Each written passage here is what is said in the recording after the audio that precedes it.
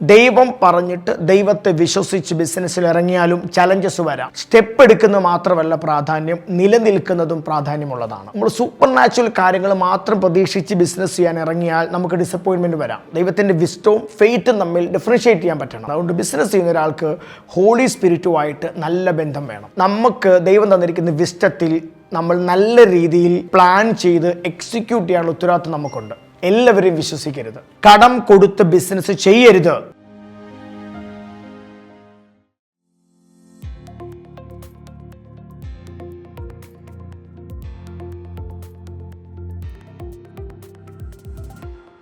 രണ്ട് വർഷത്തോളം അടുത്ത് പുസ്തകങ്ങൾ വിറ്റു. അത് ലക്ഷക്കണക്കിന് രൂപയുടെ പുസ്തകങ്ങൾ വിറ്റു. നമ്മൾ മെമ്മറി കാർഡിൽ നിന്നും അത് പിന്നെ കുറച്ചുകൂടെ എളുപ്പത്തിന് അത് CD-യിൽ ഞങ്ങൾ റെക്കോർഡ് ചെയ്ത് കൊടുക്കാൻ തുടങ്ങി. വോയിസ് മാറ്റി വീഡിയോ പല പ്രാവശ്യം ഷൂട്ട് ചെയ്തു. വീഡിയോ ഷൂട്ടിങ്ങിൻ്റെ കാര്യം പിന്നീട് ഞാനൊരു കഥയിൽ പറയാം. 2 വർഷം കൊണ്ട് ദൈവം പഠിപ്പിച്ച ചില ലെസൺസ് ഞാൻ ഈ എപ്പിസോഡിൽ പറയാൻ ആഗ്രഹിക്കുന്നു. ഒന്ന്, ദൈവം പറഞ്ഞിട്ട് ദൈവത്തെ വിശ്വസിച്ച് ദൈവത്തിൻ്റെ വാഗ്ദത്തത്തിൽ വിശ്വസിച്ച് ബിസിനസ്സിൽ ഇറങ്ങിയാലും ചലഞ്ചസ് വരാം. നമ്മൾ പ്രതീക്ഷിക്കാത്ത സെറ്റ് ബാക്കുകൾ, തിരിച്ചടികൾ വരാം. പക്ഷെ അവിടെ കർത്താവിനെ വിശ്വസിച്ച് അവൻ്റെ വാഗ്ദത്തത്തിൽ വിശ്വസിച്ച് നിൽക്കാനുള്ള ഉത്തരവാദിത്വം നിങ്ങൾക്കും എനിക്കുമാണ്. അവിടെ നമ്മൾ പിറുപിറുത്ത് ഡിസപ്പോയിൻറ്റഡായി പോയാൽ ചിലപ്പോൾ നമ്മുടെ മുമ്പിൽ വെച്ചിരിക്കുന്ന വലിയൊരു വാതിലിലേക്ക് നമ്മൾ കയറാതെ, അല്ലെങ്കിൽ ഒരു സീസണിൽ കയറാതെ നമ്മൾ ചിലപ്പോൾ ഒന്നുമല്ലാതെ പോയേക്കാം. സ്റ്റെപ്പ് എടുക്കുന്നത് മാത്രമല്ല പ്രാധാന്യം, നിലനിൽക്കുന്നതും പ്രാധാന്യമുള്ളതാണ്. 2, ദൈവത്തെ വിശ്വസിക്കുമ്പോൾ നമ്മൾ ഇപ്പോഴും സൂപ്പർ നാച്ചുറൽ കാര്യങ്ങളാണ് പ്രതീക്ഷിക്കുന്നത്. എന്നാൽ നിങ്ങൾ മനസ്സിലാക്കുക, ദൈവത്തിൻ്റെ വിസ്റ്റം നമ്മൾ ഉപയോഗിക്കേണ്ടതായിട്ടുണ്ട്. നമ്മൾ സൂപ്പർ നാച്ചുറൽ കാര്യങ്ങൾ മാത്രം പ്രതീക്ഷിച്ച് ബിസിനസ് ചെയ്യാൻ ഇറങ്ങിയാൽ നമുക്ക് ഡിസപ്പോയിൻമെൻറ്റ് വരാം. ഓർഡിനറി കാര്യങ്ങൾ നടക്കുമ്പം, അല്ലെങ്കിൽ ചലഞ്ചസ് വരുമ്പോൾ നമ്മൾ ഓർക്കും, ഇതെന്താ 5 അപ്പം കൊണ്ട് 5000 പേരെ പോഷിപ്പിച്ച കർത്താവ് എവിടെ പോയി, ചെങ്കടലിനെ വിഭജിച്ച യഹോവ ദൈവം എവിടെ പോയി എന്നൊക്കെ നമ്മൾ ചിന്തിക്കും.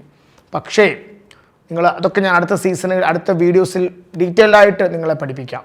പക്ഷേ ദൈവത്തിൻ്റെ ജ്ഞാനം എല്ലാ സ്ഥലത്തും നമ്മൾ സൂപ്പർ നാച്ചുറൽ കാര്യങ്ങൾ മാത്രം എക്സ്പെക്റ്റ് ചെയ്യരുത്.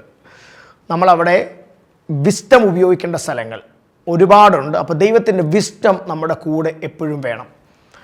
3-മത്തേത്, ദൈവത്തിൻ്റെ വിസ്റ്റവും ദൈവത്തിൻ്റെ ഫെയ്ത്തും തമ്മിൽ ഡിഫറൻഷിയേറ്റ് ചെയ്യാൻ പറ്റണം. ഇപ്പോൾ കൊറോണ വരുന്ന സമയത്ത് ബിൽഡിംഗ് അടച്ചിടുന്നത് വിസ്റ്റമാണ്, അല്ലെങ്കിൽ അനാവശ്യമായിട്ടുള്ള ബിൽഡിങ്ങുകൾ വിടുന്നത് വിസ്റ്റമാണ്.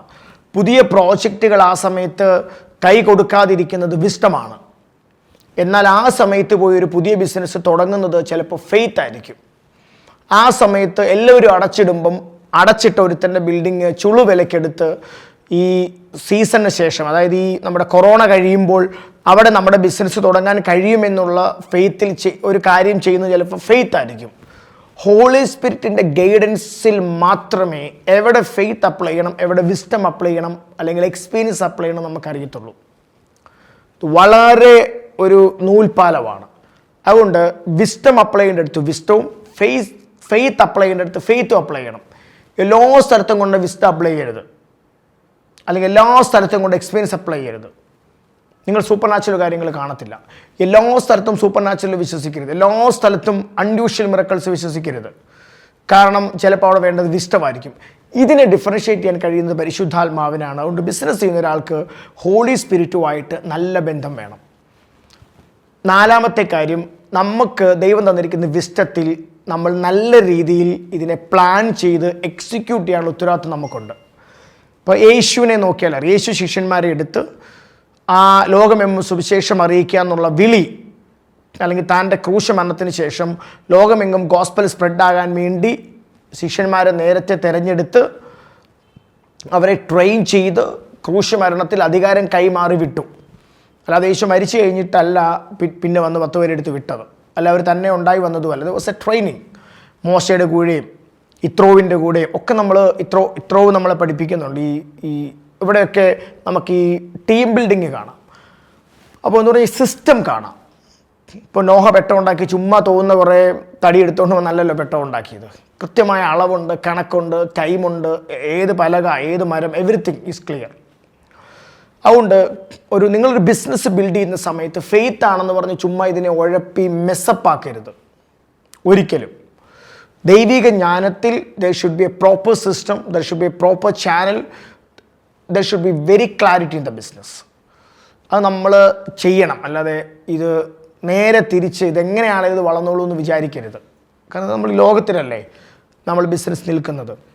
ലാസ്റ്റ് വൺ, എല്ലാവരെയും വിശ്വസിക്കരുത്.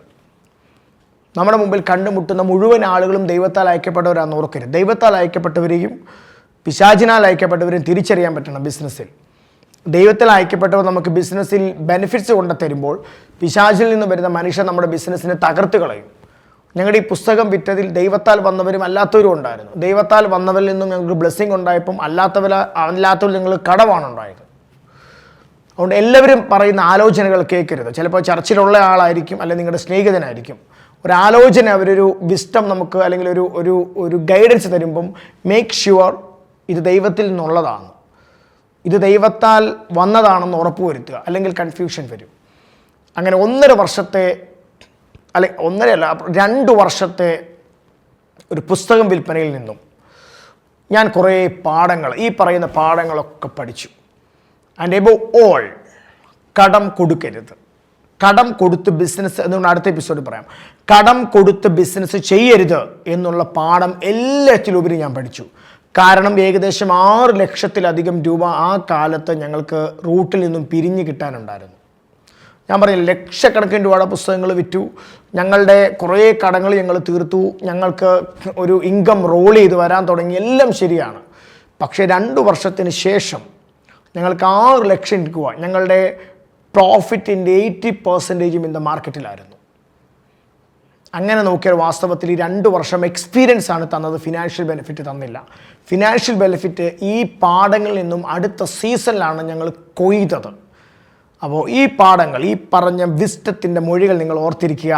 നമ്മൾ അടുത്ത സീസണെക്കുറിച്ചും അടുത്ത ഒരു വലിയ ഗ്രോത്ത്, ഇവിടെയൊന്നും ആൾക്കാർ വിസ്മയിച്ചൊന്നുമില്ല, പുസ്തക കച്ചവടം എന്നുള്ള പേര് തന്നെയായിരുന്നു. എന്നാൽ ആൾക്കാർ വിസ്മയിച്ച ഒരു സീസണിലേക്ക് ഞങ്ങൾ ഇതിന് ശേഷം എൻ്ററായി. അന്ന് ദൈവം പഠിപ്പിച്ച പാഠങ്ങൾ മുഴുവനും ഞങ്ങൾക്ക് പ്രയോജനകരമായി. അതെന്താ നമുക്ക് പഠിക്കാം. God bless you.